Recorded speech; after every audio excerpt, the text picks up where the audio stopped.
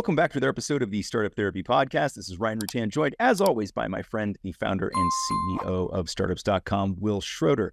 Wil, it's early days in a brand new startup. Everybody's pumped. We got 5 or 10 people who are ready to jump on. We're going to start slinging equity out at everybody. This is going to be amazing. We're going to grow this thing. We're going to take it to the moon. Of those 5 to 10 people, a year from now, how many are still around? Exactly the same, minus 5 to 10 people. Yeah. Fair. It's going to be a Scooby-Doo ghost town in a year from now. And I think the problem is we all believe that all those people, even just one person, that said that they were going to stick it out, they were going to do this with us, is going to be here a year from now. It's not that the intentions were right. We weren't deliberately being misled. Shit happens, right? Yeah. And so on this episode, I think we should talk about why it happens and what to do about it. Right. Know it's going to happen, plan for it, make sure you're not holding the bag. So a year from now, when 5 to 10 people leave, they took all your equity with it. Yeah, I was going to say, that bag that you're holding was a bag full of equity on day one, and now it's a nearly empty bag, and they're all running with their own little bag of your equity. Yeah, exactly. Yeah, oh, it's so tough. But yeah, and there's tons of reasons that this happens. Let's dig into some of the why this happens. Why are we all so keen to get started and so hard to find 3, 6, 9, 12 months later? If we encapsulate it, let's talk about the typical startup weekends. If you remember, we used to have people in our office all the time after startup weekend. We'd run kind of like a little free clinic, if you will, where after startup weekend on Sunday, we would say, hey, come to our offices on Monday, and let's talk about how you can actually get this business started. That's when you did it, in person. So indicative, man, because that's 54 hours, right? So they're there together for the weekend. And we're like, let's get back together on Monday. Whatever their team was by the end of the day Sunday, how much of that team actually showed up in our office? And this is Monday. This is one day later. 0 to 1 was the typical answer. 10 out of 10 founders on Sunday genuinely believed that all those people were going to be part of the company going forward. And maybe 1 out of 10 of those founders had any of those team members the following Sunday, right? It wasn't even like a long bit of attrition. It was like world land speed record of attrition. Now, what's funny is how not unusual that is. So when we talk to founders and they talk to us and like, hey, we always get this. I found this CTO and they're willing to build my product, but they want X percentage of the company. And I'm so pumped because obviously no one else believes in what I'm doing and this person's willing to do this, blah, blah. And I'm like, you understand they won't be around a year from now, right? And they're like, wait, what? And Ryan, if I can give you one more parallel as we get into this, it reminds me of first love. You've got some freshman in high school, right? And that freshman finds the person that they are absolutely in love with in high school. And as a parent, you look at that child and you're like, that's adorable. It'll never last. Yeah. And you sound like an a-hole when you say that, right? Like, how dare you suggest that the person I'm not even ready for prom yet won't be with me forever. But the difference is you know better. Right? You're like, I've seen this a million times. I've lived this a million times. Doesn't work like that.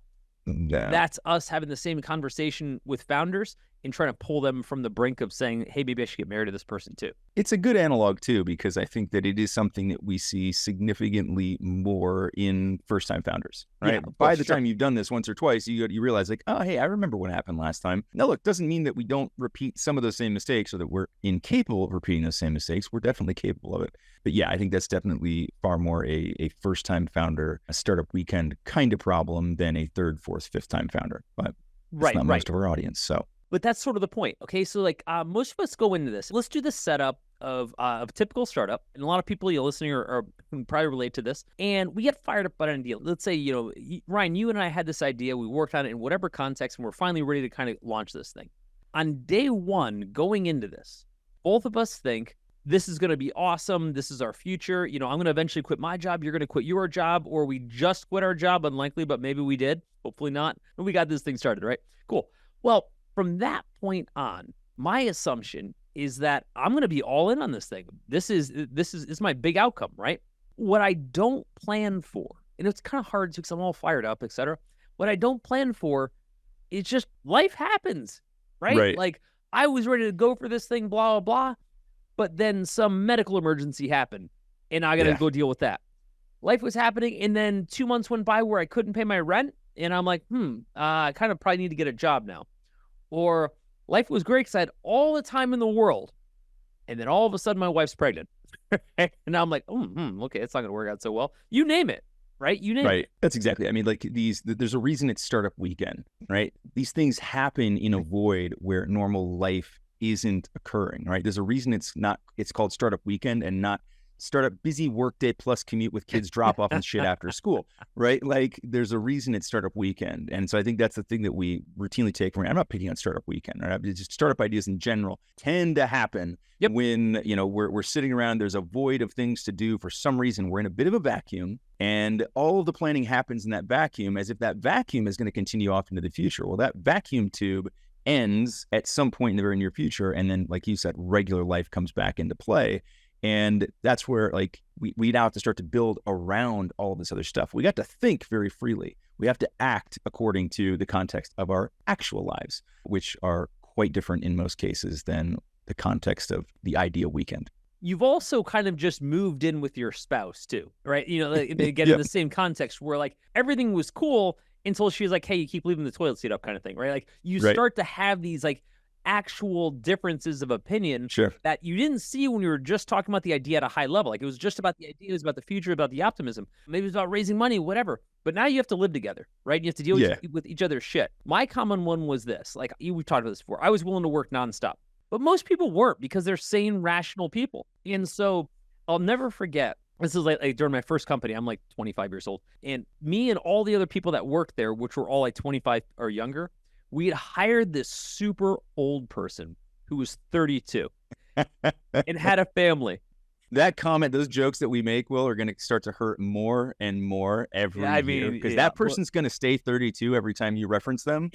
And we're not. Like we keep getting older every time you tell that joke. Yeah. And so, I remember, okay, so he gets up, and let's call him Tom. He gets up, he's like, I got to head out. It's like 5 o'clock. I got to go to my kid's soccer game, whatever. And I said, like, what an a-hole. I was like, oh, you're taking a half day? Right? Half day. Yep. The half day comment. And it was meant as a joke. In retrospect, maybe it wasn't, like, because I was like, I'm going to be here for 7 more hours, right? I would say that was a passive-aggressive javelin loosely veiled in comedy. Yeah. I don't think at the time I understood, like, what a problem that comment was, because it wasn't just, hey, you're going to your kid's soccer game or whatever, which, of course, right, as a father now, like, of course, right? Like, I'm going to my kid's hockey game tonight, right? But what it didn't occur to me was, like, we're not on the same page. Correct. I'm going to work every waking hour. You are not. Now, that guy just happened to be the guy that worked for me, right? Imagine if you and I are co-founders. After, like, a month, you're like, well, hey, it's 5 o'clock. I'm heading out. And I'm like, I'm going to work till midnight. But we haven't shipped that feature yet. We haven't released that campaign. We haven't done this. We haven't made those calls. Yeah. And all of a sudden, and again, this is me being empathetic. It took me a long time until I was a parent to see it from his eyes, which was like, what did I just get myself into? And this is the kind of stuff that happens where people make the commitment, but it's not till they see all the details that come with it, like not getting paid, like having to work insane hours, like having other parts of your life meaningfully disrupted. In other words, he's basically saying, well, okay, I can do this startup thing with Will, or I can have a relationship with my son. And everybody responds the same, right?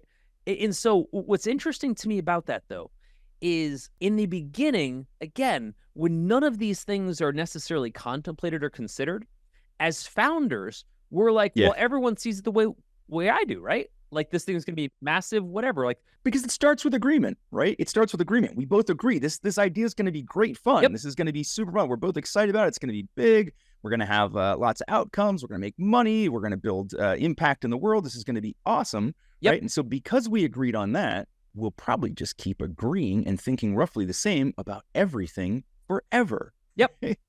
The way I always think about it, man, is like the conception, right? The idea is like the frat party, right? Super fun. I guess I didn't really enjoy frat parties. So just stick with my analogy. Pretend you like frat parties. It's a lot of fun, right? Everybody's having a great time. We're all getting drunk. We're dancing on the tables, whatever you do at a frat party. I actually don't really remember. It was fun. We'll pretend it was fun. Then from that point forward, every day is cleaning up after that frat party, but you have to keep doing it every day, every day for the life of the startup without all of the party aspect. And I think that's where, like, as we sober up and we realize, like, there's a whole lot of work to be done here.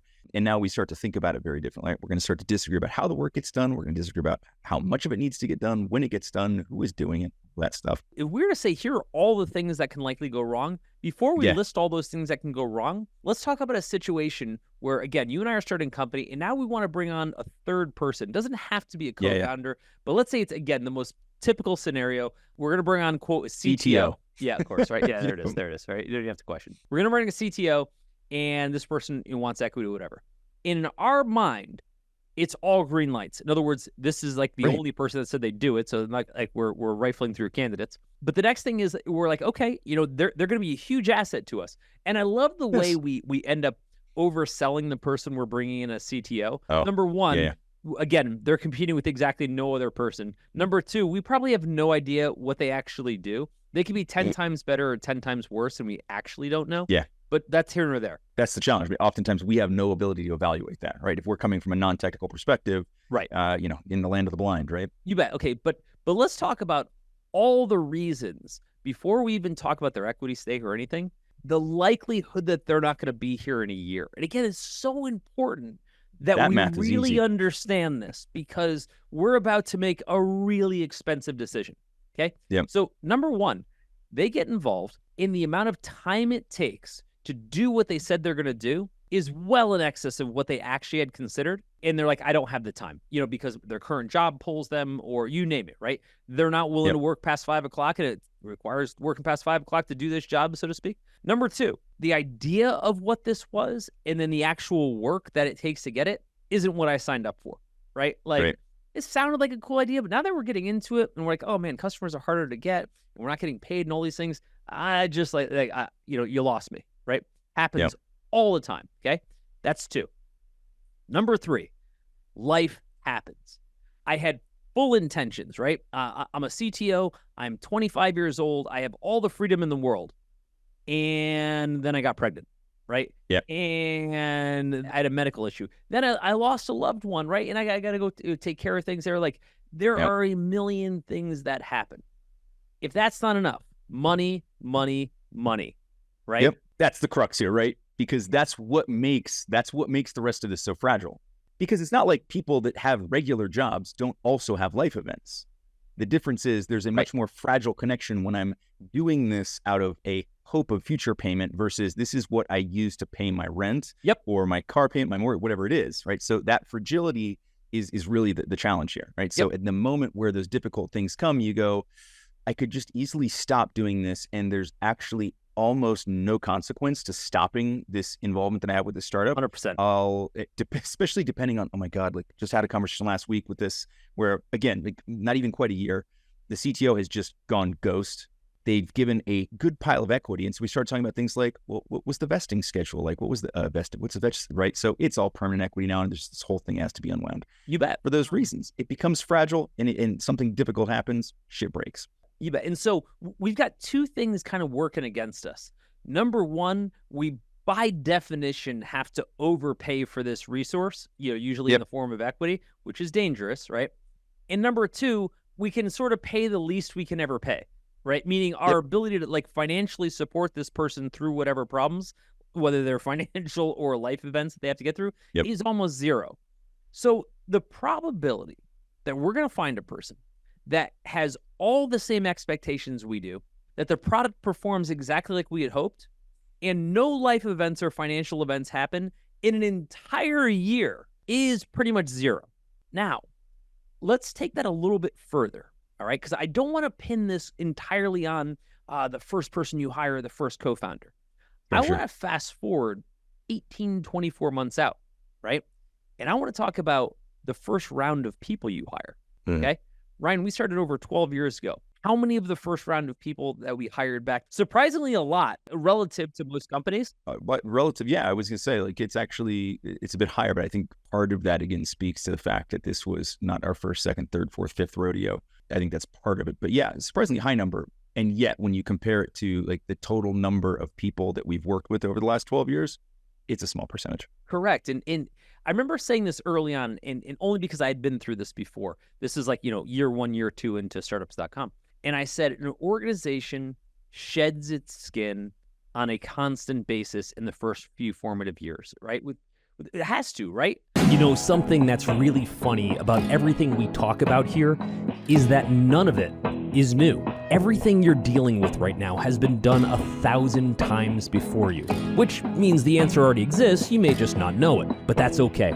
That's kind of what we're here to do. We talk about this stuff on the show, but we actually solve these problems all day long at groups.startups.com. So if any of this sounds familiar, stop guessing about what to do. Let us just give you the answers to the test and be done with it. Changes shit doesn't just get bigger, completely changes form sometimes, right? Absolutely. You got to shed the snake skin so you can grow your crab shell. You bet. You bet. Things keep evolving. And it's almost like dating. You end up dating a lot of people in order to find the person that maybe you want to have a relationship with, and you have a lot of relationships until you find the person that you might want to marry. And even then, you might get married a few times. And that's true on the personnel side. That's true on the product side. That's true on the customer side, right? You are dating on all fronts at that point. Yeah. Everything. And so if we know going in that we're going to shed our skin, and shed our skin is just a euphemism to mean we're going to turn over a lot of people, just the very nature of what we do will turn over a lot of people, then our willingness to make an extraordinary commitment to any one person needs to be a bit tempered. A bit tempered. So let's talk about, though, what's the cost of these folks bailing? Right? Sure. What happens when we make these commitments and they leave? What gaps and holes and wounds does that create? How do you see it? What comes to mind first?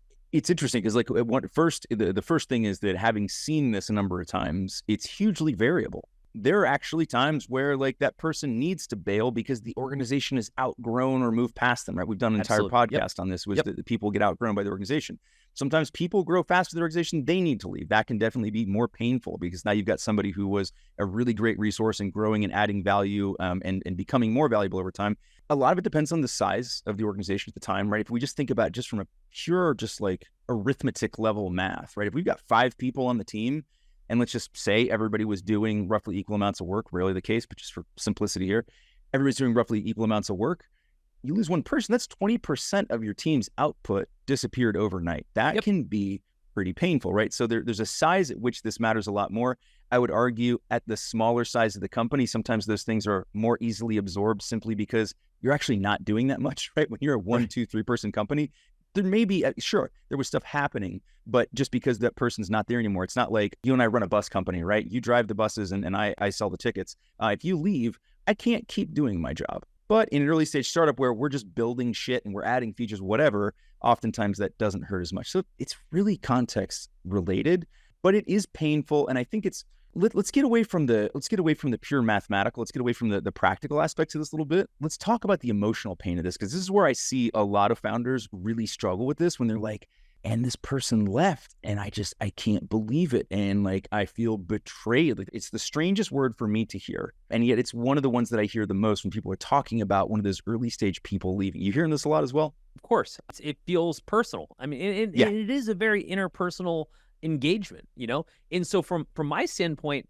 again, early in my career when I had never seen this before, no different than when I was in my dating career, I looked at it and I was like, oh my God, I can't believe we're breaking up. I can't, what happened? I try to save every possible, person. And later on, and I don't think it was me being callous. After a while, I was just like, that's the way it goes, right? People come, people go. That's the nature of organizations, right?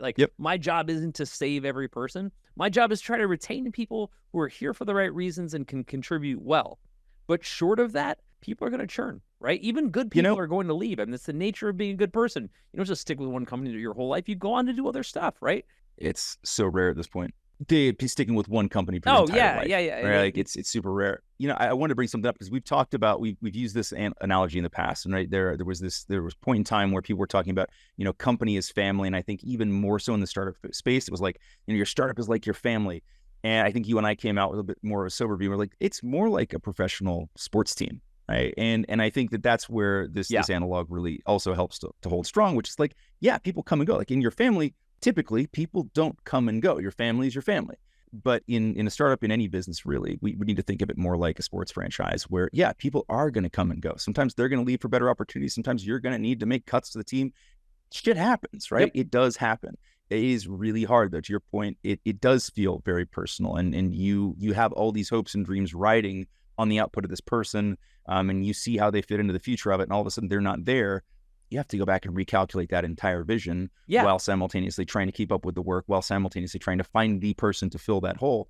It's insanely challenging. Here's something a lot of people will push back on, and I'm okay with this. A lot of people will say, look, if you're going to make the commitment to the person, you got to be 100% committed to that person. There's no questions asked.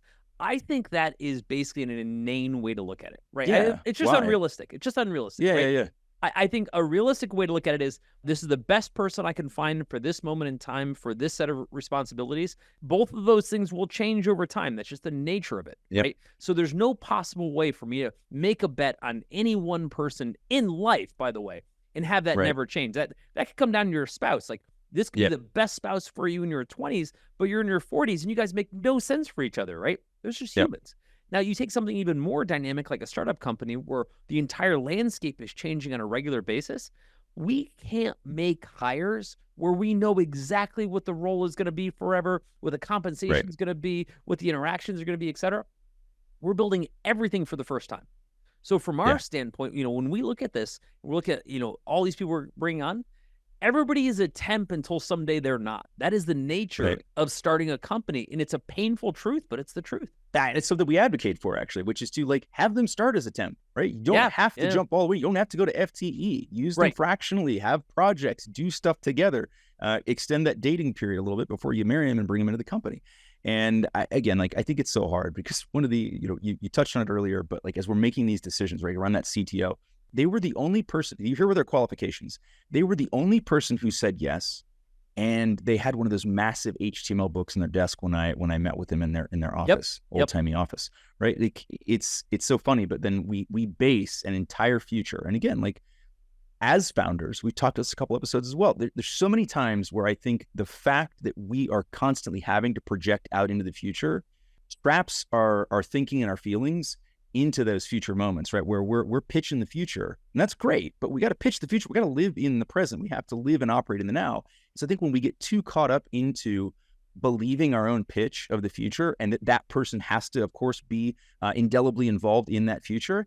No, they don't, right? This isn't blockchain. These are people. Right? These are not immutable contracts. Every time I would hire people early in my career, I felt indentured to them. I had this really broken notion of what this was supposed to be, what this contract was. I thought it was, I've married this person in sickness and in health, and I have to go through everything with them. And no matter what I created, I made myself into a victim. I mean, quite in the literal sense, where everyone else was like, yeah, this is good for me until it's not good for me, and then I'm out. So I was willing to be the victim of that feeling. It was never reciprocal. I was never like, oh, wait, maybe I can bail when it's not good for me, right? Yeah. It took me like a decade to figure that out. Look, it is a fine line too, right? I think we do have to enter into it with, of course, the best of intentions. Like we've talked about this in a number of other contexts. It's kind of like pitching, right? We have to pitch the future of this thing. Like, I want you to be here. I want you to do this. I'm going to do all that I need to do, right? Ethically, morally, I will do everything I can to support you in your role, make sure that you're successful. But we're both making a bet on a future state that, one, the company grows the way we think it will, two, that you grow the way you think it will, three, that the outcomes you're trying to achieve are even achievable, and that you have the skill sets to do them. And so this isn't I just want to make sure the audience isn't hearing us say, look, you just got to throw some shit at the wall and see what sticks. Probably better to throw the spaghetti at the wall. Throw the spaghetti at the wall and see what sticks. And then go, no, that's not what we're saying. Right. You do have to be somewhat calculative. And of course, you do want to take care of your team. We're not saying anything to counter that. Right. But what you're saying, and I'm agreeing with, is that we still have to be flexible in that thinking. Right. There's so much that's dynamic. This isn't like hiring your fourth line cook for a restaurant that's been around for 15 years. Right. Where it's just a capacity issue. And we sort of know how that fits. And we know what tomorrow will look like. We know what the next week will look like until we don't. You bet. And so let's talk about if we can come to the fact that, yes, in fact, lots of people are going to leave. What do I do about it? How do I approach this, with a little bit of that foresight to be able to say, okay, knowing that I've got some churn, I don't know where the churn's going to come from, but it will happen. Ryan Will said it's the nature of the beast. What do I do about it? How do we stay safe in all this, right? As founders, how do we protect ourselves emotionally and practically, right? How do we balance out knowing that this is going to happen? Let's start with the emotional part, because while we're going to talk about equity and we're going to talk about other things, I think you touching on the emotional part is salient. The first part has to be, we have to understand, no matter how passionate we are about the folks that we brought on, or about the culture, the camaraderie, and all these things that we tell ourselves. Churn is part of life. Churn, like I'm talking about people coming in and out, is part of life. We do whatever we can to try to build great relationships and try to make things work, but we also have to be big enough to understand when it's no longer working, it's no longer working. And we've got to let it go. And frankly, in the early days, most of that it's no longer working is coming from the people we bring on, not from us. We're so happy just to have anybody come and work for us. We're long past the point where we're like, oh my God, well, you're not going to be good enough for this organization. It's like, dude, you started this thing 5 minutes ago. And so at that point, most of our focus is please stay here. And the reality is, and this is what we're saying, most people are going to go home, do that math and say, this isn't for me anymore, and I'm out. It's part of it. And I think it's important to be prepared. I want to stick on something you said, which was that no matter how passionate you are as the founder, right? No matter how passionate you are, and maybe how passionate they were, but this is the point I want to touch on. No matter how passionate you are, in fact, the more passionate you are about something, the harder this may end up hitting you, right? Because your passion may well outstrip everybody else's, usually. Right? Let's also bear in mind that often the passion that you see in others is a reflection of your own passion as the founder, right? Right. They may be passionate along with you. Passion is contagious, right? This is what good leaders do. They make people passionate about things they otherwise wouldn't have necessarily been as passionate about. That has a limit, right? When we get to those hard moments, when we get, like, again, there's some fragility here, when we get to those really, really rough spots, when the passion is by proxy, instead of it being an internal thing that just comes from me. If I'm the wellspring of passion, I'll keep going. This is literally how founders survive. If everybody else is relying on your passion, that's a limited currency, right? And so when things get really tough in their personal lives, how much passion you have doesn't matter, because your passion is not going to pay the rent. It's not going to repair the relationship with their child. It's not going to fix their spouse in the hospital, right? So this is where we have to be really careful about misconstruing how we feel about the business and how people felt in one moment, right? There may have been a heated moment of passion where they were just as into this as you were. Don't expect that to stay with the same power that your own passion does. And I think that is one way we can stay way safer as founders. You bet. And with that, when we're all fired up and we're bringing people on, we're like, oh my God, CTO is willing to come on. We should give them 20% of the company. It's like, whoa, hold the phone, dude. Seriously? Yeah. What percentage of the product that you expect them to build over the next year have they given you? Well, they said they're going to do it. Right? Okay, cool. That's what vesting schedules are for. The river of broken promises. Okay, so first thing, just to be clear, early days, assume everyone will leave and dole out equity accordingly. Okay, so CTO comes on, best candidate in the world, can't believe they would go on a date with you, right? Much less get married to this company. Cool. Let's offer them whatever percentage we're going to offer. However we work that out. Let's do it over a period of time. Never, ever, ever, ever give someone all the equity up front and hope that it works out for the best, right? That kind of works out never, and getting it back when you realize you made that mistake is almost non-existent. By the way, Wil has produced an amazing splitting equity course on startups.com. Come check it out. If you want access to that, email me, ryan@startups.com, and we'll work something out. I want to stick on this point for a second, Wil, and I want to quote you, because I think that one of the things that really gets misconstrued here is that equity just feels like monopoly money at the beginning, right? We talk about this a lot, but I'm going to quote you. Yes, the equity may seem like it has very little value now, but remember, it represents 100% of the future value of your company, right? So as you're doling out that 20%, which feels like it's free money right now, it's worth nothing, but aren't you the same person who also believes you're building a $100 million company? Yes, you are. So what is the value of that equity you just handed out in this perfect future that you believe in? $20 million. Would you pay that person $20 million for what they've accomplished so far? No. Now, if they help you get to $100 million, you'll say, I would gladly pay them that piece of that pie to make that a really big pie. Cool. Let's bake the pie and then let's cut it. Said differently, like, at least make them contribute into that pie, right? And that's what the vesting schedule does. It's what all these other things that, like, there's so many ways to protect yourself. Go check out splitting equity. You'll figure it out. Just a 60-second primer for anybody that's even 1% not sure about this. Nobody gets all their equity up front. Typically, we use what's called a cliff, which means there's some period of time, a year is usually the case, but it could be whatever you want it to be, where they actually don't get any equity at all. They're earning it, but they don't get it granted. Earning it meaning like it's almost being tabulated in the back to say, okay, like every month you will get more if you stick around past year one. Or like in the case of a CTO, it might be if you ship the product, some other Right. milestone that isn't time. But it's called a cliff. And that delta is designed, and tons of startups have this, when there are 10,000 people, right? They still have a cliff. Yeah. That delta is designed so that you're not arbitrarily giving out equity to all the people that churn right away. I mean, there's a reason it exists in the startup world, because most people churn long before they would have been there long enough to earn that equity. So with that being said, we have two components. One is we've got to establish a cliff, if we can, to say, look, I'll give you the 20%, but not if you don't make it past a year, right? You get nada if you don't make it past a year, okay? Not if you don't get past a year, and not if you ship nothing, right? Like, so there's Exactly. time-based, performance-based, right, outcome-based milestones need to be included here. However you negotiate it, just make sure that you have some trial period. The longer, the better. Yeah. 6 months to a year is usually pretty good.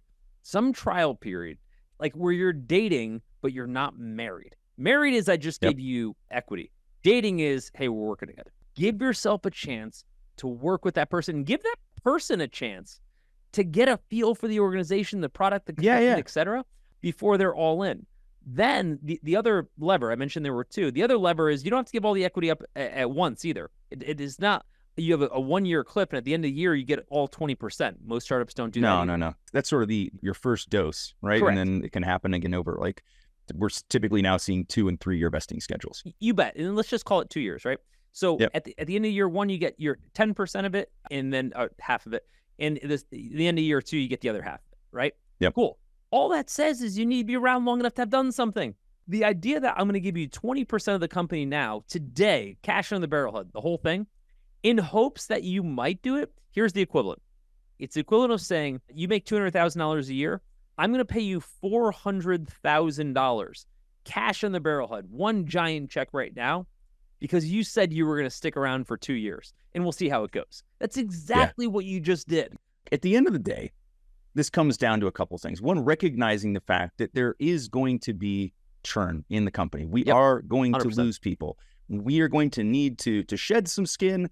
Some people are going to leave of their own volition. And this really comes down to something that I think you really described well throughout the episode already, Will, but let me put a bow on it here. It's the incompatibility between two things, right? We are trying to build an imaginary future with very real people, right? We are using not real money to pay very real people with very real lives. And the incompatibility between these two things leads to a very dynamic situation in which we must expect change and just learn to work around it.